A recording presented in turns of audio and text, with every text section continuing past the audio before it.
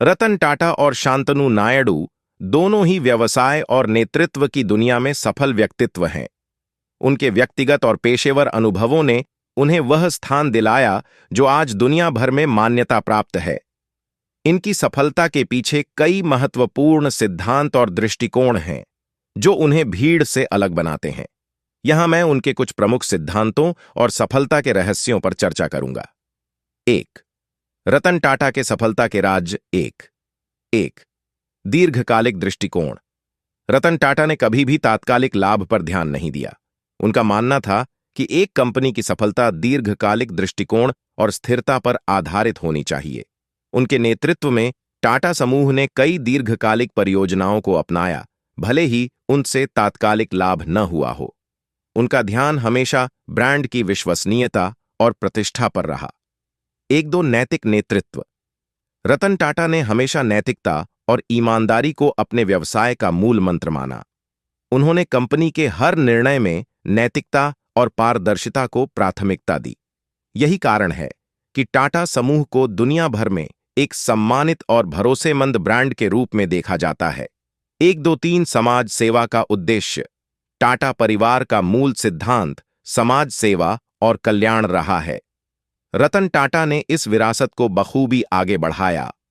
उन्होंने यह सुनिश्चित किया कि कंपनी के मुनाफे का एक हिस्सा समाज के विकास के लिए समर्पित किया जाए। उनकी कंपनी ने शिक्षा, स्वास्थ्य और अन्य सामाजिक सेवाओं में योगदान दिया। 1.4 नवाचार और जोखिम उठाने की क्षमता। रतन टाटा ने अपनी कंपनी में नवाचार को बढ़ावा दिया। चाहे वह टाटा नैनो जैसी क्रांतिकारी कार हो या टाटा मोटर्स का जैगुआर और लैंड रोवर का अधिग्रहण, उन्होंने हमेशा जोखिम उठाया और नई तकनीकों और व्यापार मॉडलों को अपनाया, जिसने उनकी कंपनी को वैश्विक मंच पर सफलता दिलाई। 1.5 विनम्रता और सरलता। रतन टाटा अपने विनम्र और सरल व्यक्तित्व के लिए जाने जाते हैं। वे हमेशा जमीन से जुड़े रहे हैं और अपने कर्मचारियों और सहयोगियों के साथ एक समान व्यवहार किया। उनकी यही विनम्रता और सरलता उन्हें सबसे अलग बनाती है। 1.6 सीखने की निरंतर इच्छा। रतन टाटा के पास एक विशेष गुण है, वे हमेशा कुछ नया सीखने के लिए तैयार रहते हैं। उन्होंने अपने करियर में विभिन्न उद्योगों के बारे में गहराई से अध्ययन किया और समय के साथ बदलते व्यापारिक परिवेश के अनुसार अपने दृष्टिकोण को अद्यतन किया। 2. शांतनु नायडू के सफलता के राज। 2.1 समाज सेवा और नेतृत्व की भावना। शांतनु नायडू की सफलता की कहानी समाज सेवा से शुरू होती है।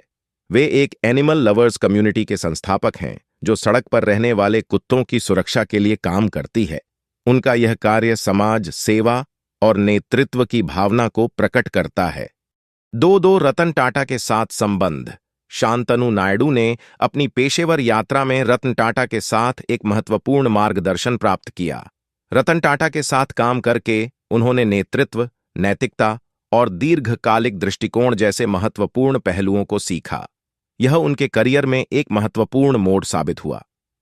2.3 नवाचार और सामाजिक उद्यमिता। शांतनु नायडू ने सामाजिक समस्याओं के समाधान के लिए नवाचार को अपनाया। उन्होंने अपनी उद्यमशीलता क्षमताओं का उपयोग करके समाज में सकारात्मक बदलाव लाने का प्रयास किया। उनके नेतृत्व में किए गए सामाजिक उद्यम न केवल व्यावसायिक दृष्टिकोण से सफल हुए, बल्कि समाज के लिए भी लाभकारी सिद्ध हुए। 2.4 नेतृत्व में सहानुभूति।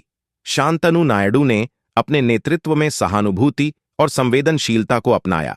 वे मानते हैं कि एक सच्चे नेता को अपने सहयोगियों, कर्मचारियों और समाज के प्रति सहानुभूति रखनी चाहिए। यह उनके नेतृत्व का एक प्रमुख हिस्सा है, जिससे वे न केवल एक सफल उद्यमी बने, बल्कि एक प्रेरणादायक व्यक्ति भी बने। 2.5 रचनात्मकता और लचीलापन। शांतनु नायडू अपने कार्यों में रचनात्मकता और लचीलापन दिखाते हैं। वे समस्याओं के समाधान के लिए नए और अनूठे तरीकों की खोज में रहते हैं। ये गुण उनके नेतृत्व और व्यवसाय में उन्हें विशेष बनाता है। 2.6 नई पीढ़ी के लिए प्रेरणा। शांतनु नायडू नई पीढ़ी के लिए एक प्रेरणा स्रोत हैं। वे युवा उद्यमियों को यह सिखाते हैं कि कैसे सामाजिक समस्याओं को हल करके व्यावसायिक सफलता प्राप्त की जा सकती है। उनका जीवन और कार्य युवा पीढ़ी को समाज सेवा और नेतृत्व के मूल्यों को अपनाने के लिए प्रेरित करता है। 3. रतन टाटा और शांतनु नायडू के नेतृत्व की तुलना 3.1 समानता। रतन टाटा और शांतनु नायडू दोनों के नेतृत्व में समाज सेवा का एक प्रमुख स्थान है। दोनों ने अपने व्यावसायिक और व्यक्तिगत जीवन में समाज के कल्याण के लिए कार्य किया है। इसके अलावा दोनों ही नैतिकता और ईमानदारी को अपने नेतृत्व का आधार मानते हैं। 3.2 अंतर। हालांकि रतन टाटा का नेतृत्व मुख्य रूप से बड़े व्यावसायिक साम्राज्य के प्रबंधन और विस्तार पर केंद्रित रहा है, शांतनु नायडू का नेतृत्व अधिकतर सामाजिक उद्यमिता और छोटे पैमाने पर समाज सेवा से संबंधित है। रतन टाटा का दृष्टिकोण वैश्विक और दीर्घकालिक है, जबकि शांतनु नायडू ने स्थानीय और छोटे पैमाने पर समस्याओं का समाधान करने पर ध्यान केंद्रित किया है। निष्कर्ष। रतन टाटा और शांतनु नायडू की सफलता के पीछे उनके मूल्य, दृष्टिकोण और नेतृत्व के सिद्धांतों की प्रमुख भूमिका है।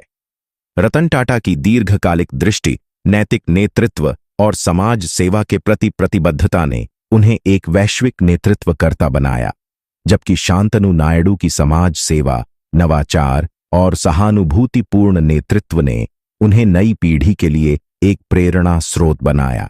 दोनों ही अपने अपने क्षेत्र में विशेष और सफल हैं, और उनके नेतृत्व के सिद्धांत आज के समय में भी प्रासंगिक और प्रेरणादायक हैं।